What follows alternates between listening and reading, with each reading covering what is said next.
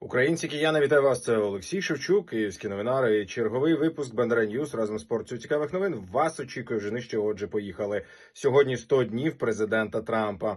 Власне, він відзначився великою кількістю різних указів, власне, найбільшою кількістю з усіх президентів. Але саме цікавий указ був про повернення пластикових трубочок.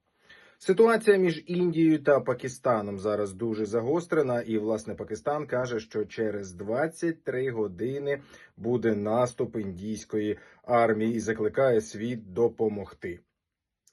Насамкінець в Румунії чергові президентські вибори. Там саме так, як і у всіх. Один суд скасовує вибори, інший призначає. Президентські вибори там вже були у 24-му році, однак Конституційний суд їх скасував. Отже, в травні в Румунії буде новий президент. Світ змінюється щосекунди. Ми з вами завжди на зв'язку. Олексій Шевчук, Бандера Ньюс. З нами цікаво і не соромно.